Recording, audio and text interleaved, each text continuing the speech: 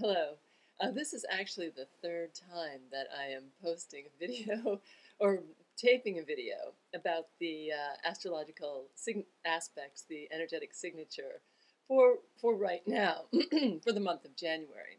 I posted the other two attempts. I kind of mashed them together at a video that some of you have seen already. Those of you who subscribe to me, that entitled, something like starting 2013 with the Hangover from 2012.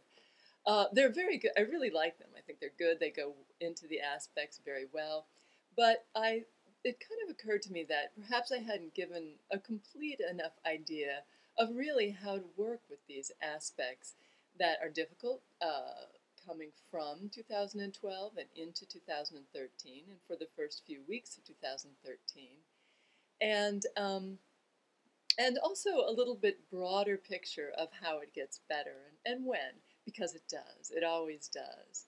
So just to recap a little bit, 2013 starts with something like a bit of a hangover left over from 2012. We had some difficult aspects at the end of 2012 around the solstice on the 21st, the supposed end of days, and then around the full moon on the 28th.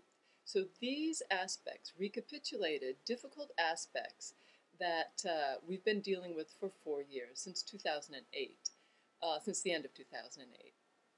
So it brought up a lot of exhaustion, some, as I said, despair, anxiety, frustration, depression even. I mean, it didn't bring this up for everyone, but many people felt at best flat through the holidays, and at worst some of these other emotions, and then continued to feel that on through the beginning of 2013. Although in some sense that may be lightening a bit as we move away from the full moon, which represents the apex of an experience.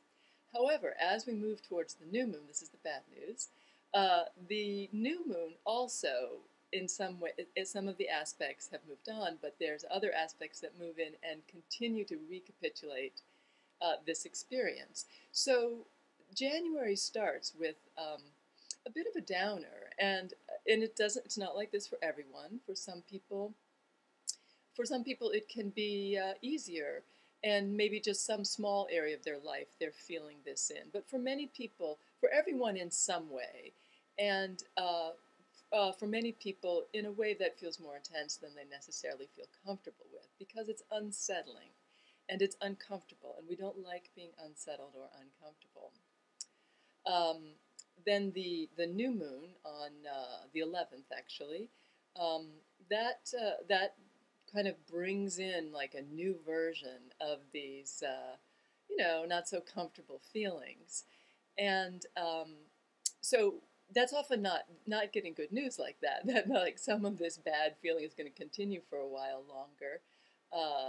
Definitely is not what most people like to hear.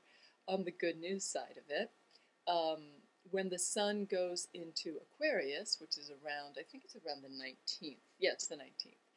Things start to get better, and they start to get better gradually, but steadily through till the end of the month, when Jupiter goes direct, and it makes positive aspects to the sun in Aquarius and to the moon in Libra at a certain point, and we really start to feel a lightening up of all things at the beginning of February, the end of January, beginning of February.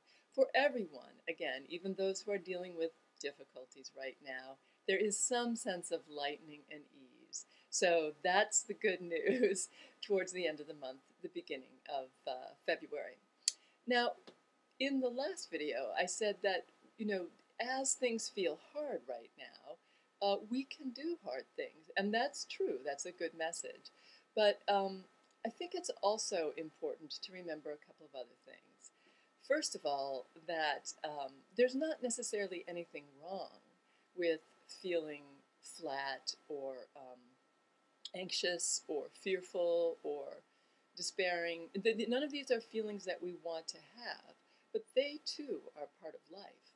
And we have to learn, in order to really advance, we have to learn to meet them with openness at the very least. None of us, we all want to fix those emotions, and especially if they're intense. But what if we considered for a while that it doesn't really need to be fixed, it just needs to be met? And that may sound like too much because you may feel overwhelmed by what it is you're dealing with. So another idea that can be helpful is one of the teachings that many, many spiritual teachers say is that it's not that we ask for too much in our life. We ask for too little. Most of the time when we approach God, or even when we approach spiritual practice, we're looking for some kind of relief, some kind of help, and it can be physical or mental. We may want, just help me out with this, or, get rid of this emotion for me. But there are those who in their physical body have been able to experience the fullness of life, to experience like all of it, like the sun, the moon, the stars, everything, the full experience of being as them. And it's so big, so vast, so much more than most of us can even imagine, no matter how much we've been working on a spiritual path, because our focus is too small, because we are so consumed with and overwhelmed with our issues and our problems. There's nothing necessarily wrong with that either. That's where we are. But it's good to know that there are those who see a bigger picture and who feel and are a bigger picture. And we don't have to, it may be too much for us to try to be that, but we can reach towards that and offer and hold on to that idea, and more than anything, offer it our innocence and our trust. And there will be help. There always is, of some sort or another. If you're willing to give that innocence and trust forward to whatever force you believe in, something will happen. Even as you make it through a difficult time that, remember, is actually brief and may feel more difficult than it actually is. All right, I'll talk to you soon with the happier news of February, and I hope you have a great time.